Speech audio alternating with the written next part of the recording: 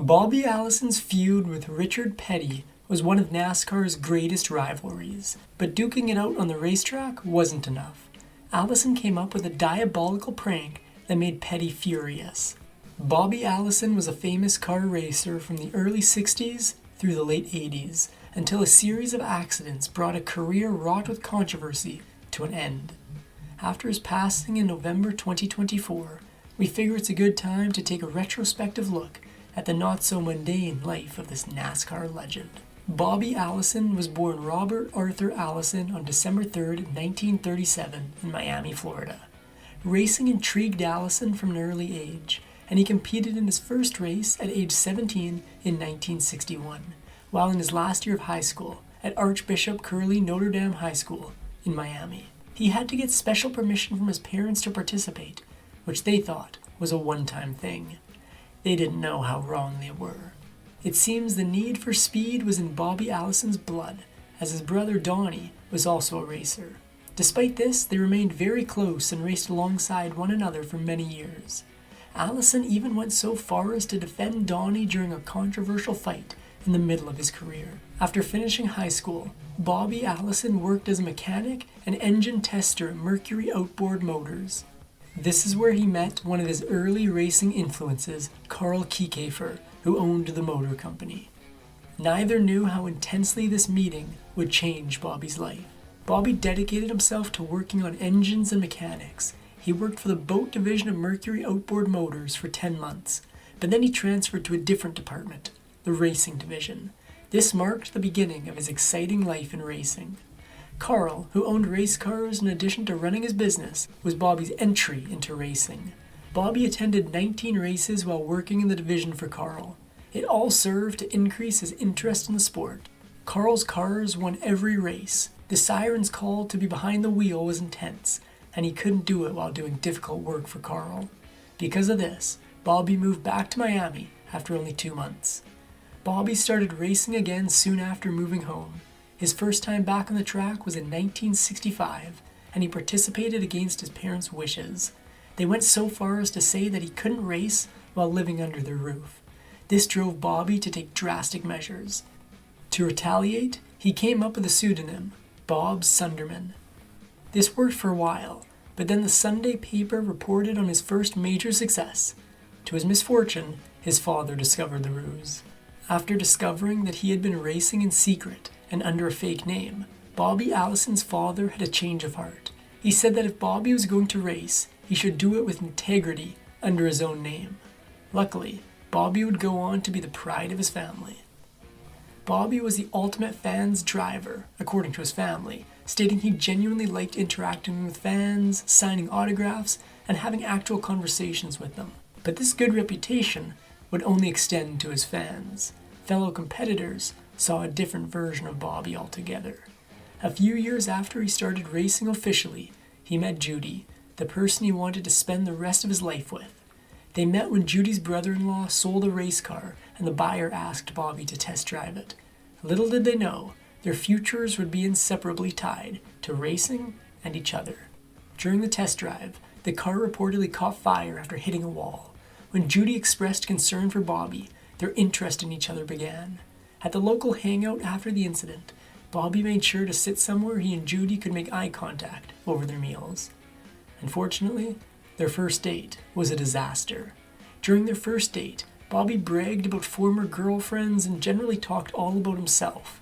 At first, Judy found him too self-involved, but apparently it wasn't the end of things for either of them. After some time, and probably a little apologizing for being self-centered, Bobby and Judy married on February 20th, 1960. They saw a long and loving future with one another, but little did they know, tragedy would throw them off that path. Bobby and Judy went on to have 4 children together, Davy, Clifford, Bonnie, and Carrie. At this point, Bobby was racing very consistently, and he raised his kids in that environment. And to his joy, his passion for racing brought Davy and Clifford to the sport too. He and his brother Donnie became the first racing family in Alabama, and this passion passed to their children. They started the Alabama Gang, which gathered many different racers over the years, joining both by living locally and through the legacy of their parents. Of course, their love for racing also had a dark side. In 1971, Bobby raced at Bowman Gray Stadium in North Carolina. Despite winning the race, NASCAR refused to acknowledge his win in any official capacity. He got the rewards for winning, but NASCAR didn't count the race with the total wins of his career. It would take 53 years, but in late 2024, NASCAR recognized Bobby Allison as the winner of the Bowman Gray race. This brought his number of wins from 84 to 85, breaking the tie he had with Darrell Whitler. The acknowledgement came at the right time, because time was running out for Bobby. One of Bobby's biggest opponents throughout his career was Richard Petty, who is now in the NASCAR Hall of Fame with a record 200 races won. But back in their heyday, the two drivers chomped at the bit to go head-to-head whenever they could. Bobby and Richard were different in every way, with Richard claiming the affection of corporate sponsorships and Bobby coming in as an underdog. Sometimes Bobby's envy of his well-sourced opponents shone through. Luckily, he had the perfect stage to work out his feelings, the racetrack. After Richard won enough times to earn himself the title of the King, he and Bobby still feuded on the track. Despite their 20-year age difference, the two racers went at each other like nobody's business. This feud became personal. Bobby intentionally irritated his opponent by picking on Richard in particular. It didn't matter who else was on the track. All Bobby could focus on was catching and passing the King. This sort of recklessness got him into trouble, and on more than one occasion got his target into trouble too. Bobby was on the petty side on more than one occasion. During one race, he hit Richard with his car hard enough to push his opponent into the wall of the racecourse, but Richard wasn't about to go down without a fight. Everything came to a head during a race in 1972 at the North Wilkesboro Speedway. Richard was leading, but Bobby was ready to make a move in the final 3 laps. When Bobby tried to pass, Richard trapped him between other cars. This drove Bobby to retaliate. Bobby returned the favor by steering into Richard's car and pushing it into the sidewall to take the lead. It almost worked.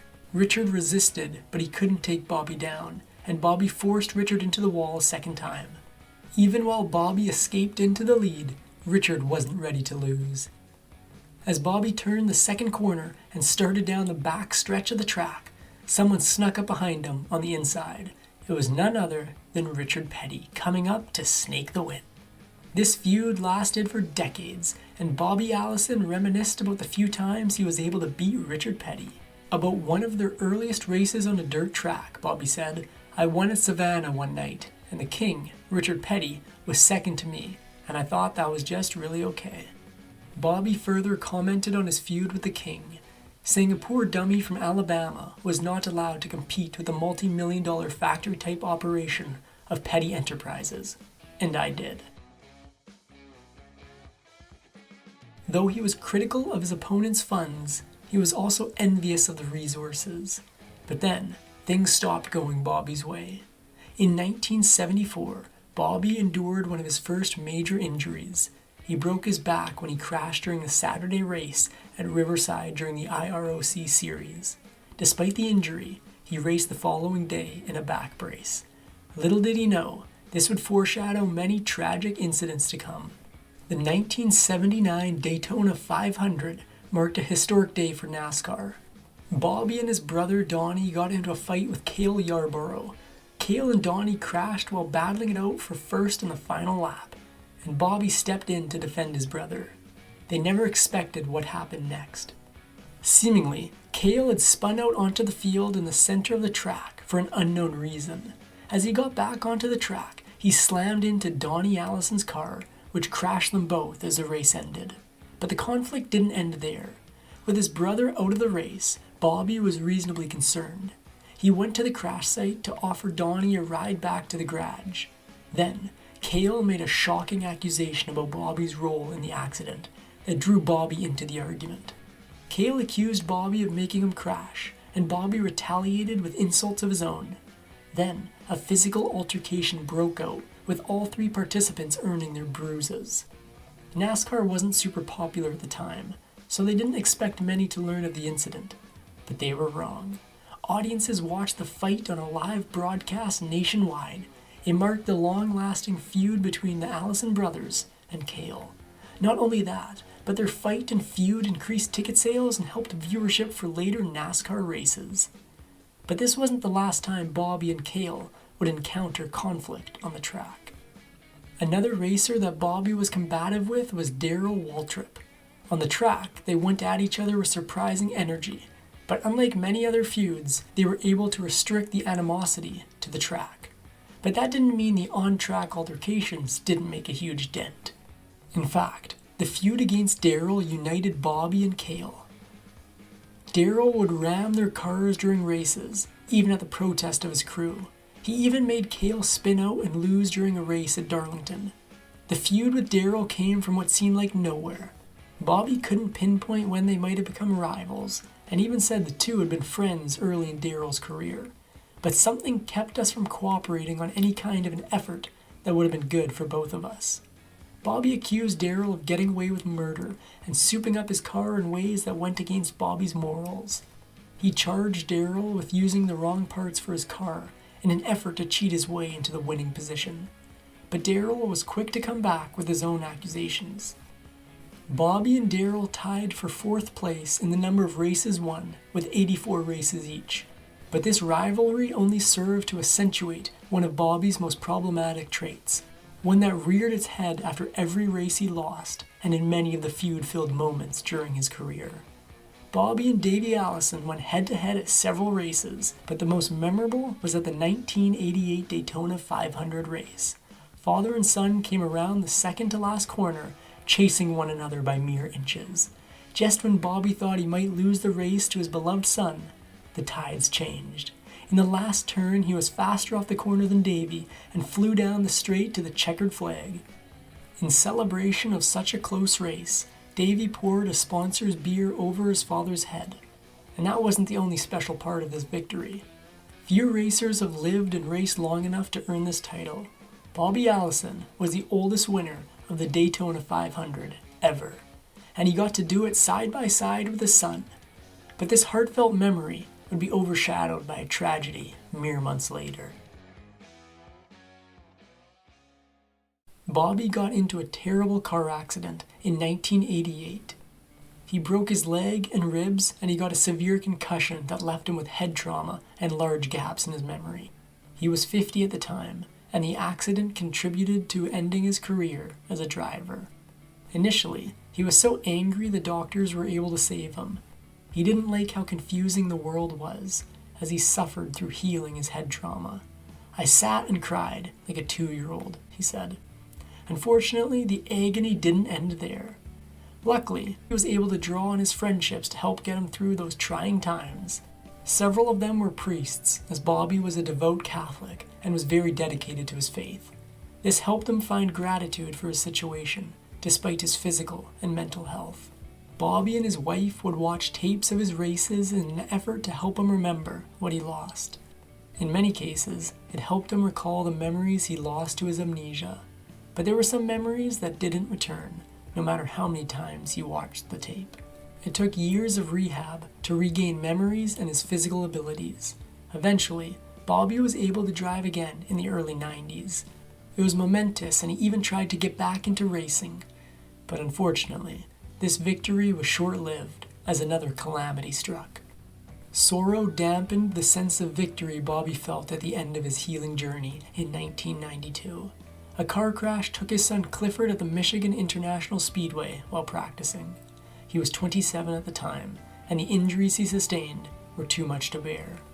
If only this were the last time Bobby Allison would face this type of misery. In 1993, his son Davey attempted to land a helicopter at the Speedway in Alabama. What should have been a flashy, fantastic stunt turned into a nightmare. At 32, he didn't survive the accident. All this tragedy conspired against Bobby and his closest companion. Bobby had been racing alongside his son for a few years prior to his unfortunate accident and his son's later passing. Davey was beginning to make a name for himself and was a member of the Alabama gang. Many beyond his family felt the impact of his loss. One of the tapes which he watched many times to jog his memory was the race he and Davey drove at the 1988 Daytona 500. But the memory didn't come back, no matter how many times he watched the tape from start to finish. And it wasn't just him that the sadness and memory loss took a toll on. Judy would watch these tapes with him, but the race he ran with Davey wasn't one of them. She couldn't bear watching her son saying, "It's hard for me to see Davey talking and walking." The blow of losing their sons left a huge mark on the couple. He and Judy divorced in 1996 after the strain of all they endured became too much for the relationship to handle. It was a tragic time for both of them as they continued to grieve for their sons and the end of Bobby Allison's career. But this wasn't the last they saw of one another. Bobby and Judy wouldn't see each other for several years, only to reunite at their daughter-in-law's second marriage. They rekindled their romance and were remarried in July of 2000 as a testament to their love. Throughout his career, Bobby Allison raced with the mindset of chasing perfection. He tweaked his car to be exactly what would win. He followed exactly the right routes to get him across the finish line fastest. But his perfectionism brought conflict on its heels. Bobby was paranoid. He saw sabotage at every turn, and he always felt like his opponents had cheated him out of his victories. And with the shenanigans his feuds usually came with, it's not surprising he saw shadows in every corner. Even his brother Donnie agreed, stating, one of Bobby's downfalls was that he was paranoid. No matter how well he was doing, he thought everybody was against him, particularly NASCAR, the officials. He claimed that Bobby thought no one could beat him in a regulation race. Bobby's attitude became legendary, and everyone at the track was aware of his mindset heading into the race. One of his crew even warned Darrell Waltrip before a race, cautioning that Bobby was going to make him have a terrible crash. Despite his paranoia, Bobby still managed to earn the approval of the audience.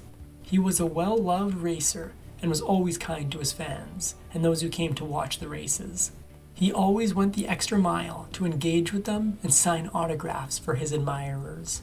After losing his sons in the early 90s, Bobby was no stranger to the nature of mortality.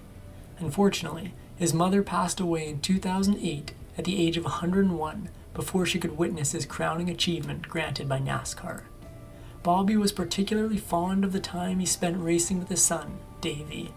In a 2013 interview, where he watched the Daytona 500 race alongside the interviewer, Bobby expressed the pride he had for his son.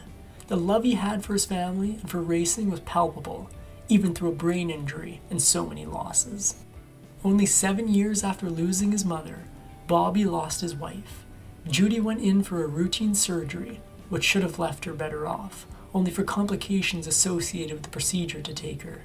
This tragedy was another tough one to bear for the former NASCAR racer, but despite this, he persevered. Bobby Allison passed at 86 in November of 2024 in North Carolina.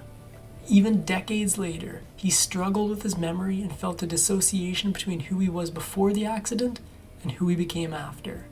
His family announced the loss just before the 2024 NASCAR Xfinity Series Championship race, which was quite the suitable place to announce the passing of such a major NASCAR legend. This was the perfect way for fans and former colleagues to say goodbye. Bobby Allison's legacy has many twists and turns. Some would say he is best known for competing with a successful, low-budget team for most of his career, and others would call him an innovator for power steering and spotter radio communications. But to the common folk, he was a down-to-earth guy who took the time to say hello, though his rivals may not have seen it that way. Remember Bobby Allison's feud with Richard Petty?